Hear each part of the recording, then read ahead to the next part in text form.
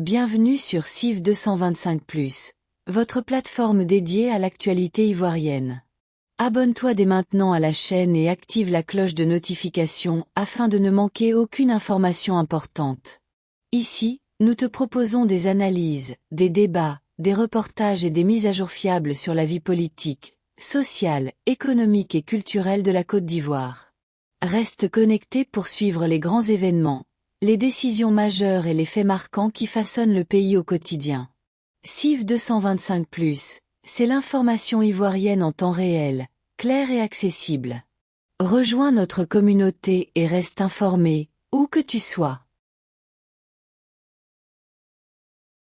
Qu'est-ce qui motive justement la sortie du Conseil et la sortie du Conseil Café Cacao et la sortie du ministre d'État, ministre de l'Agriculture? La sortie du Conseil Café Cacao et la sortie du ministre sont motivées par une situation que vit notre pays depuis quelques temps.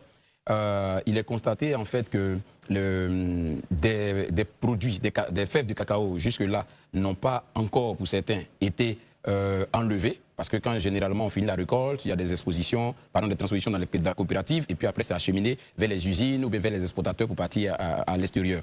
Mais la raison elle est simple, parce que justement les prévisions qui avaient été mises en place sont largement dépassées. Oui. Les prévisions d'octobre, pour la grande campagne qui va d'octobre jusqu'à mars, logiquement on était au niveau de la Côte d'Ivoire censé être autour de 1,3 million de tonnes de fèves de cacao. Mais figurez-vous que déjà en janvier, là, on est autour de 1,2 million. 1,2 million. Déjà en janvier.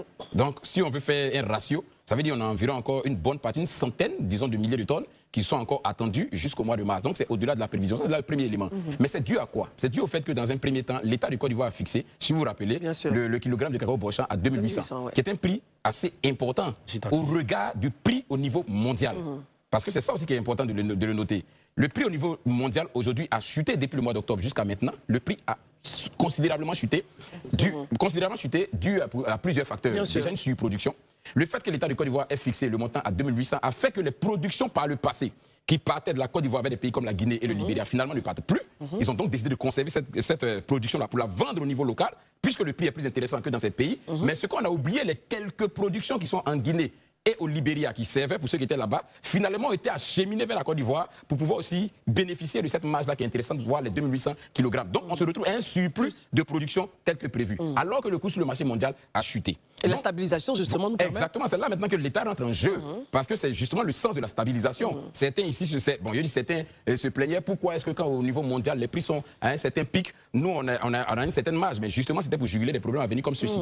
C'est pourquoi si vous partez sur le marché mondial aujourd'hui, la tonne de cacao est achetée autour entre 4 500 et 5 000 $. Or, si vous vous souvenez, avant le mois d'août et septembre, on était pratiquement à 12 000 $ la tonne du cacao, de fèves de cacao. Aujourd'hui, on est au niveau mondial autour de 4 000, 5 000. Donc, vous voyez que ça a considérablement chuté.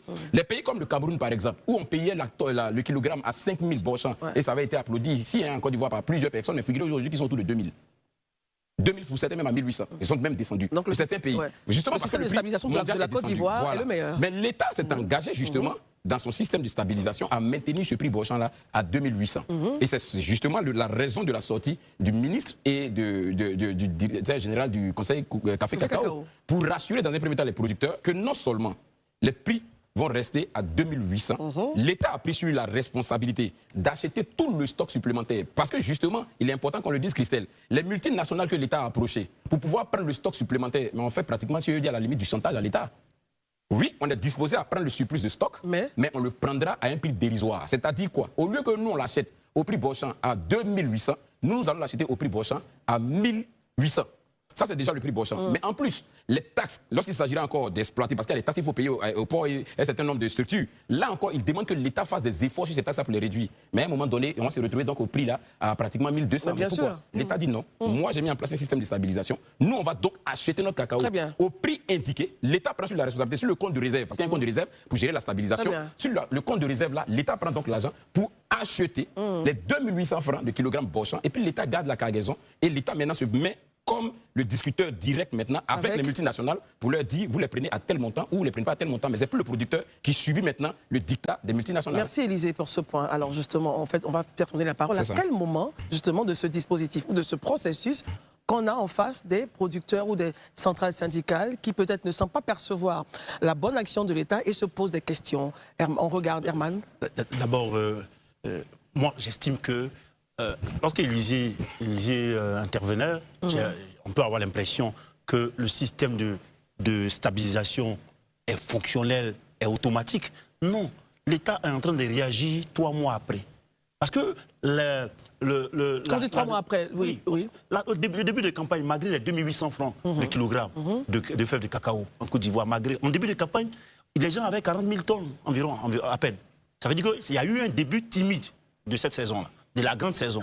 Donc, quand ils disent là, le problème des camions qui étaient refoulés dans les ports, là, moi j'ai évoqué cela ici une fois, en octobre, j'étais parti voir les populations d'Aboua-Sokomoué, dans le département d'Alépé. Un président de coopérative a évoqué le problème. Donc aujourd'hui, pourquoi est-ce que l'État n'active pas automatiquement le système de stabilisation? Les 280 milliards qu'on met aujourd'hui en place pour acheter les 100 000 tonnes, parce que c'est ça, supplémentaire là, pourquoi est-ce qu'on n'active pas lorsque le problème a commencé à se poser et que les grands acheteurs commençaient à refuser nos cacao parce qu'ils estimaient qu'il fallait qu'on descende à 1800? Pourquoi on n'a pas activé ce process-là? Acheter nous-mêmes auprès de nos planteurs à 2800 francs et on les laisse bord champ. Ils spéculent, même certains spéculent à 1800 francs, voire 1500 ou 1700. Sur bord champ. Donc les populations, les planteurs ont vécu ce calvaire-là. Jusqu'à 3 mois après, le gouvernement se souvient qu'on a un système de stabilisation, il faut qu'on les réactive. Et on veut oublier qu'il y a des camionneurs qui ont perdu, qui ont fait de grosses pertes parce qu'ils sont allés plusieurs fois rester stockés au niveau un parquet au niveau des ports sans qu'il y ait une décharge. Je suis d'accord que le système de stabilisation, effectivement, son rôle, c'était de faire en sorte de régler les problèmes en amont. Mais ça devait être automatique. Pourquoi est-ce qu'on n'a pas activé ça automatiquement? On les a laissés à la merci des grands acheteurs qui ne voulaient pas acheter parce qu'ils avaient réglé leur problème de stock à un certain moment donné de la saison. Docteur Barry, alors, votre avis justement sur la balance des informations que nous venons d'avoir et sur les faits. Écoutez, Christelle, je pense que l'État a plusieurs rôles. Et chaque rôle de l'État, moi, je l'attribue à un verbe d'action. Anticiper, agir, ordonner, décider, organiser. Donc, face à un certain nombre de problèmes, l'État active un verbe d'action en particulier. Ici, il y a un problème qui est en face. Ce n'est pas le moment de revenir sur ce qui s'est passé. C'est comment on sauve les producteurs qui sont concernés. Après, on tire tous les enseignements. Donc, je me dis que l'État vient au secours de ces populations, il joue son rôle. Et d'où le pourquoi je salue l'initiative de monsieur le ministre de l'Agriculture et les responsables du Conseil Café Cacao. Parce qu'il y a des citoyens ivoiriens qui sont planteurs, qui ont des difficultés, qui ont des problèmes. Qu'est-ce qu'on fait? Est-ce qu'on cherche pourquoi on est arrivé là ou bien on cherche une porte de sortie? Le gouvernement décide de trouver la porte de sortie. La porte de sortie, c'est laquelle? Élysée a expliqué les difficultés auxquelles l'État était confronté. Mais ça, je pense que c'est la réalité du marché. Hein. Les multinationales cherchent à faire du profit. Donc quand vous êtes en difficulté, vous venez vers ces multinationales-là. Elles, d'abord, c'est de générer des fonds. Il n'y a pas d'état d'âme dedans. C'est la négociation sur la table. Tu poses ton pion, je pose mon pion. Celui qui arrive à imposer le rapport de force sort vainqueur de ce duel-là. Donc l'État, vu que les multinationales sont en position de force, décide d'activer son levier de stabilisation. Et il va sauver ces planteurs avec 280 milliards de francs CFA. Ça, c'est déjà à saluer. Et autre chose que l'État fait, l'État observe toutes les difficultés qui touchent le secteur. Ce n'est pas parce qu'il n'est pas aux aguets. Il sait ce qui se passe. Mais la réalité, le processus, il est pluridimensionnel. Aujourd'hui, il y a un cas peut-être qu'on ne pose pas beaucoup. Ce sont les pisteurs. Parce que le planteur qui a son cacao dans son champ, souvent il a des besoins urgents. Et il n'a pas encore fait sa récolte. Le pisteur peut venir lui proposer de l'argent. Bon, écoute, comme ta production, tu as peut-être 10 tonnes. Voilà, je te prête 100 000, 200 000 francs. Mais après, je suis prioritaire sur ta cargaison. C'est un élément qu'on ne touche pas. Moi, je l'ai découvert lorsque j'ai fait une étude de terrain sur le cacao à l'ouest de la Côte d'Ivoire. Et ça, c'est une autre réalité sur laquelle il va falloir se pencher parce que ces pisteurs-là, ils créent beaucoup de problèmes. Parce qu'ils vous donnent, souvent le planteur il contracte des dettes. Avant même que sa récolte n'arrive, il a déjà fini en griffe de bouffer l'argent. Et le gars, le pisteur qui va venir là, généralement, c'est lui qui lui impose un prix. Donc, il y a ces réalités auxquelles l'État doit se pencher. Comme je l'ai dit, la décision elle doit être multiforme parce que les acteurs sont multiples dans le secteur. Daouda, quel est votre angle justement de perception de cette thématique? Non, en fait, tout à l'heure j'ai écouté mon frère, moi je comprends sa position et je partage à moitié sa position. Je pense que c'est des choses sur lesquelles on aurait pu anticiper. Mais quand je finis de dire ça, il est important aussi de savoir, Christelle, je pense que nous avons fait pratiquement 2 mois.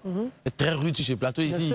On a fait une élection présidentielle. Juste après l'élection présidentielle, on tombe dans l'élection législative et autres. Là même, on est dans l'expectative d'avoir un gouvernement, tout et tout. Toutes les choses vont aller, ça va aller au ralenti. Et à un moment donné, c'est tout à fait normal que le ministère de l'Agriculture qui est dirigé par le ministre d'État Adjoumani, à un moment, on peut perdre pied dans tous ces cafards parce qu'il faut consolider ses positions politiques, parce que c'est la vision politique aussi qui va impulser certaines choses. Donc aujourd'hui, le mal a été fait. Paris a dit, on est à la recherche de solutions. C'est pour cette raison que lorsque le ministre Adjoumani il sort, en fait, il répond à 3 urgences politiques et économiques. La première des choses, il dit, je rassure nos parents planteurs de chez toi, tes potentiels administrés dans peut-être 5 ans encore, pour leur dire, vos cultures, quel que soit ce qui va arriver, nous, l'État, on va l'acheter, on maintient le prix à 2800. Ça, c'est déjà garanti. Donc, du coup, aujourd'hui, les parents doivent dormir tranquilles. La deuxième des choses, c'est qu'il faut contenir la crise. Qu'on le veuille ou pas, c'est une crise. Il y a une crise sociale parce qu'au niveau de la zone rurale, quand on sait qu'il y a un syndicat qui a... Parce que à quel moment le point de presse, oui, la conférence de presse d'Adjoumani intervient? Ça intervient à la veille d'une grève qui est en préparation par le syndicat des agriculteurs. Donc, il faut montrer, je pense que le ministre Adjoumani, il fait bien. Je pense qu'il y a de la proactivité. Il démontre en fait aux cacaoculteurs que l'État n'est pas passif, encore moins dans le déni, contrairement à ce qui s'est dit dans certaines plantations. Et la troisième des choses, c'est qu'il faut reprendre le contrôle sur le narratif. Pour moi, c'est très important parce que quand on regarde sur les réseaux sociaux, un peu partout dans la presse, les blocages de camions, qu'on appelle ça, au port ou autres, qui donnent l'impression que oui, l'État s'en lave les mains. Non, c'est pas vrai. Donc pour moi, quand il fait sa conférence de presse, il fait un distinguo entre un dysfonctionnement logistique et puis une crise structurelle. Pour moi, aujourd'hui, là, je rappelle très bien qu'il y a eu ce débat sur pratiquement tous les plateaux de télévision. Certains étaient prêts à nous dire non, allons-y sur, comment ils appellent ça, en face de la stabilisation, à quoi là? Non, la libéralisation. Il fallait qu'on aille à la libéralisation. Christelle, allons 6 mois en arrière. Si on libéralisait notre secteur aujourd'hui, les mêmes planteurs pour qui on veut pleurer, oh franchement, les planteurs, vous pensez qu'ils allaient tenir la cadence? Non. C'est parce qu'il y a un système stabilisé. Et je pense que ceux qui étaient en train de défendre cette posture de libéralisation-là, ils doivent faire leur mea culpa pour comprendre que tous les systèmes ont leurs avantages et leurs inconvénients. Aujourd'hui, on est face à un avantage de la stabilisation. Au moment, hier, on était dans les inconvénients. Donc il faut l'entendre. Voilà. Donc les parents, je suis sûr, tes parents peuvent dormir tranquilles. Le ministre Adjoumani, je pense que toi et moi, on va se mettre ensemble pour lui dire, si ce n'est pas fait, si là, quand on n'est pas payé à 2800, on va aller faire le pied des grues chez lui. Je pense que tes parents de chez toi, ils peuvent dormir tranquilles.